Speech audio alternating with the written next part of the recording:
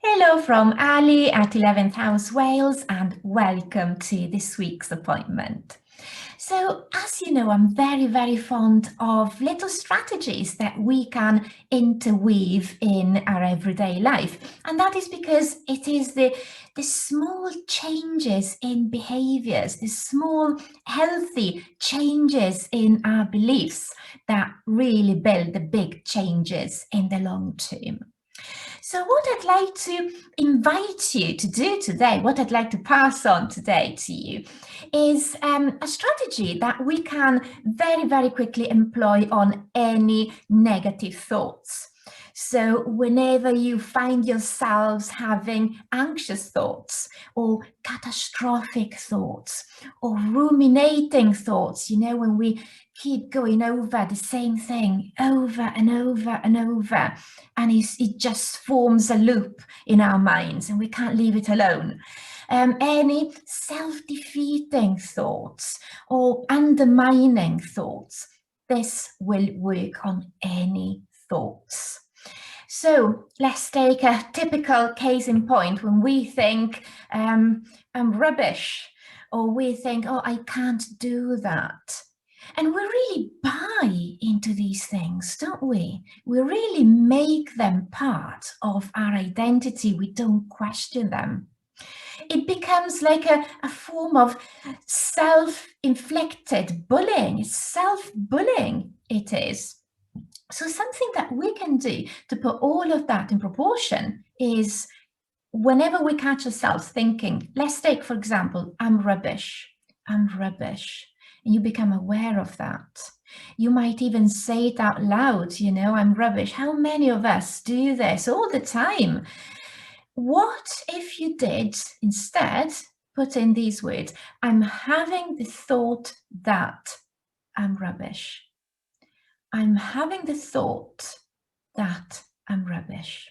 Just preface these thoughts with these words. I'm having the thought that. And what does that do? And you might notice the difference even now if you are doing this with me. Just try it. Try the two versions side by side. So think, I'm rubbish, or I'm useless, or I can't do that. And then do it with those words. I'm having the thought that I'm useless. And notice the change inside you. And that is because you are doing three things. You are, first of all, acknowledging the thought instead of believing it, instead pushing it away, instead of trying to ignore it. You are acknowledging that the thought is there. There is an acceptance, not of the content, but the fact that the thought is there. So you are acknowledging the thought, which avoids making it more intense. It avoids making it bigger. Yeah, the thought is there. You are putting the thought in its place. That is the second thing that you are doing with this strategy. You're putting the thought in its place. It's not your identity. It's not who you are. It is not what reality necessarily is. It is a thought. That's what it is. It is a thought. You're having a thought. That is an accurate description of what is going on, isn't it? There is a thought that there. You are acknowledging that there is a thought, and you're also acknowledging that it is a thought. It's not the territory, it's the map. It is your interpretation of reality. It's a thought. And then with that, once you have acknowledged it, and once you have recognized that it is a thought, nothing more, nothing less, then you can work with it. You can choose how you want to engage with it. So you could question it. Well, it is a thought, but is it balanced? Is it an accurate representation of reality? You know, like we do in CBT. Do I have evidence for it? And do I have evidence against it? Is this actually accurate? Could I have a more accurate way of representing that reality to myself? Could I have a healthier way? So what is this thought based on? Is this actually true all the time? And is this actually biased? And you know that I'm very fond of repeating this fact all the time. We have a negative bias. Our brains have evolved a negative bias with all of the best intentions, because this negative bias is meant to keep us safe. So we notice the negative out in the outer world and inside ourselves as well, a lot more than we notice the positive. We also remember the negative a lot more.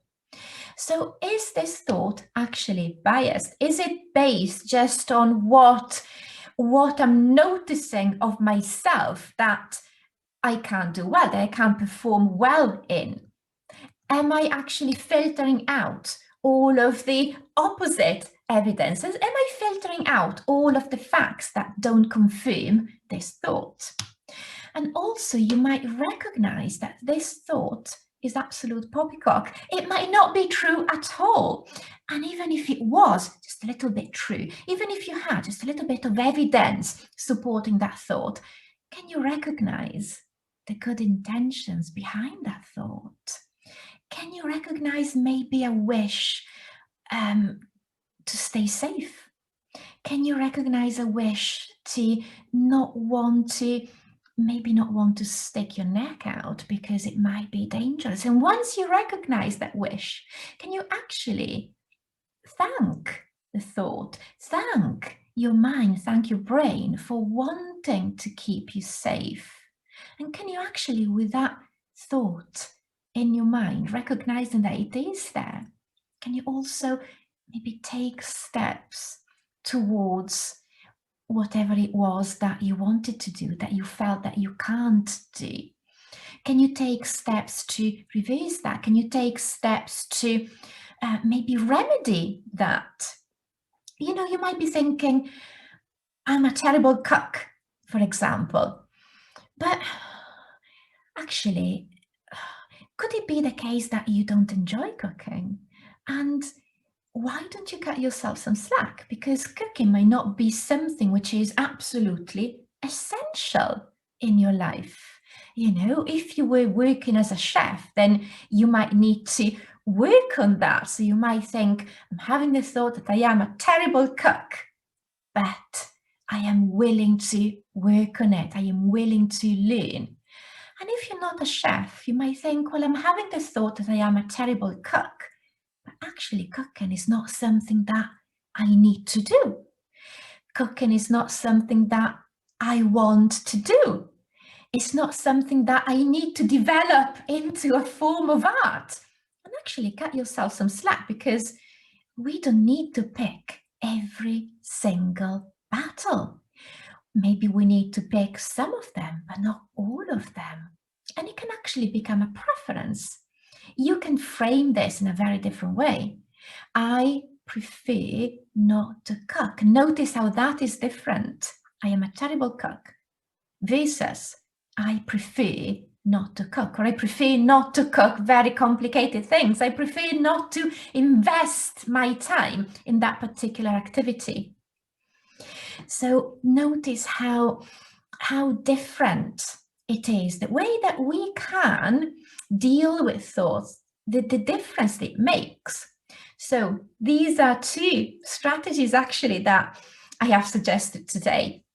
First of all, preface those self-defeating thoughts or negative thoughts or catastrophic thoughts with, I'm having this thought that, and notice the difference that it makes. And then you can choose how to engage with that thought.